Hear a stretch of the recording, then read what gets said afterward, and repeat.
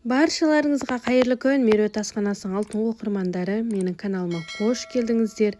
Сіздермен бірге өте дәмді, ерекше, аузыңызда еритін, шаймен жақсы жерініп кететін тары қосылған чизкейк дайындайтын боламыз. Құрамдарын барлығын описание бөліміне қалдырамын. Сол жерден қарап, сіздер де жасаңыздар. Бізге керекті ұн, тоңазытқышта қатып тұрған сармайымызды теркінің көмегімен сақтап алатын боламыз. Одан кейін қолдың көмегімен біркелкі масса етеміз. Өте дәмді, ерекше болып шығады. Міндетті түрде жасап, жанұяңызды Меруерт асханасымен бірге қуантып қойыңыз.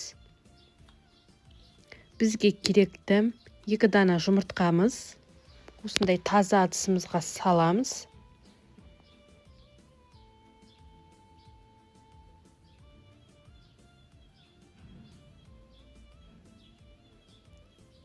Қопсытқышымызды саламыз 10 граммдай. 1 пакетик ванилин пайдаландым. Жақсылап тұрып, біркелкі масса етіп араластырып алатын боламыз.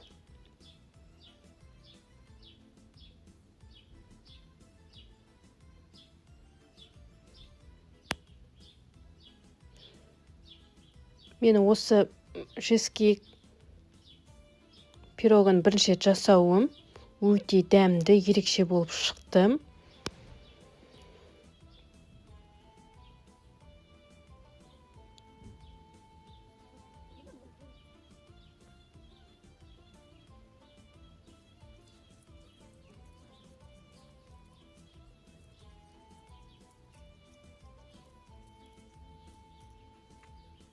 Дайын болған массамызды ұнымыздың үстіне салып, қамыр илейтін боламыз. Бізге қолға жабысатын жұмсақ қамыр болып шығады. Алғашында вилкидің көмегімен араластырып алыңыздар. Одан кейін қолдың көмегімен қамыр илейтін боламыз.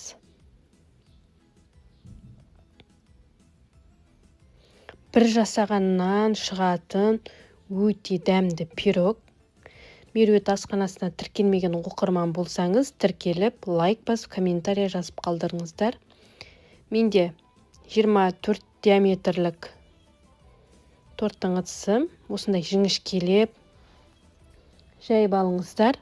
Одан кейін вилкимен көтеріліп кетпес үшін астын тесіп алатын боламыз. Дәл видеодағыдай.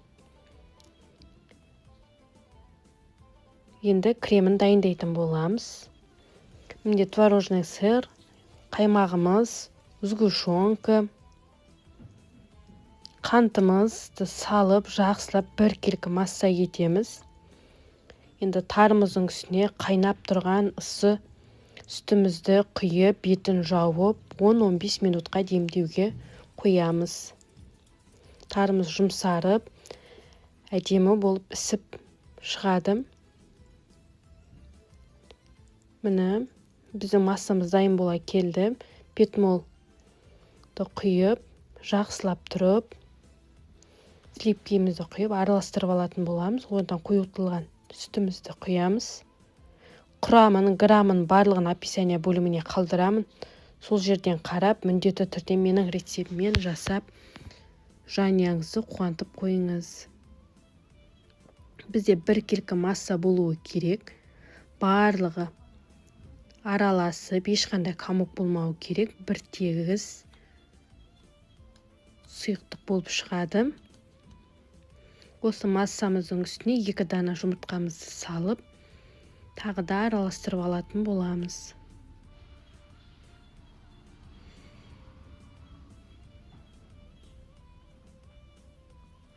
Ерекше пирогтардың бірі.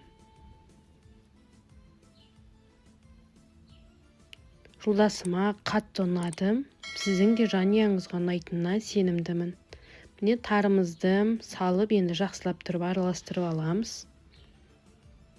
Дайын болған формамызға құйып, Осы кезде пешімізді қыздырып қоямыз.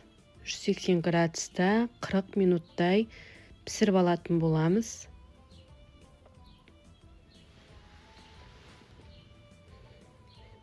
Қырық минуттың көлемінде әдемі болып пісіп шығады.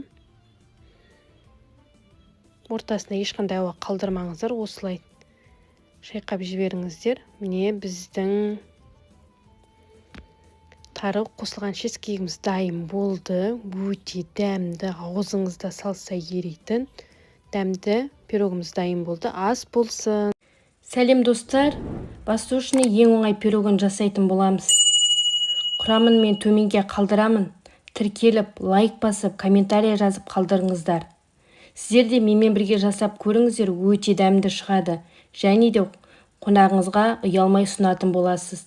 Мұнда жарты килограмм ұн, 8 грамм қопсытқыш, 100 грамм қантты салып араластырамыз.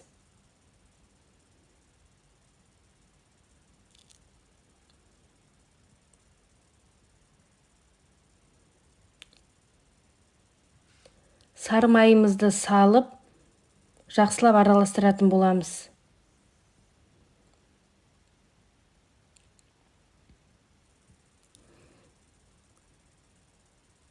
Бір жұмыртқаны салып, үгітілмелі қамыр жасаймыз. Міне біздің де қамырымыз дайын. Бетін жауып, тоңазытқышқа 20 минутқа қоямыз.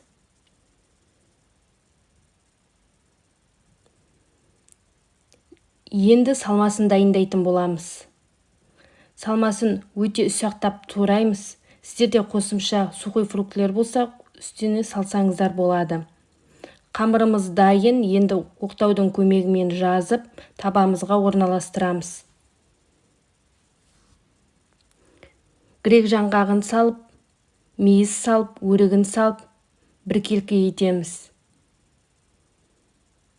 Үстіне жоғарғы сорыптағы қойытылған сүтті құямыз. Міне біздер орналастырдық.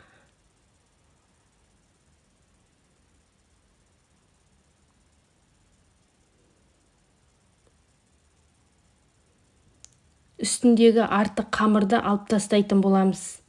Артық қалған қамырдан сіздер печенье жасасаңыздар болады.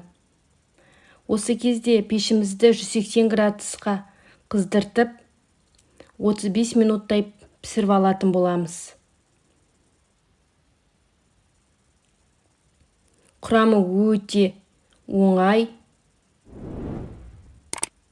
Маған тіркеліп, лайк басып, комментарий жазуды ұмытпаңыздар. Сіздерге алдағы уақытта өте дәмді тағамдар салатын боламын. Сіздер бізбен бірге болыңыздар. Ас болсын.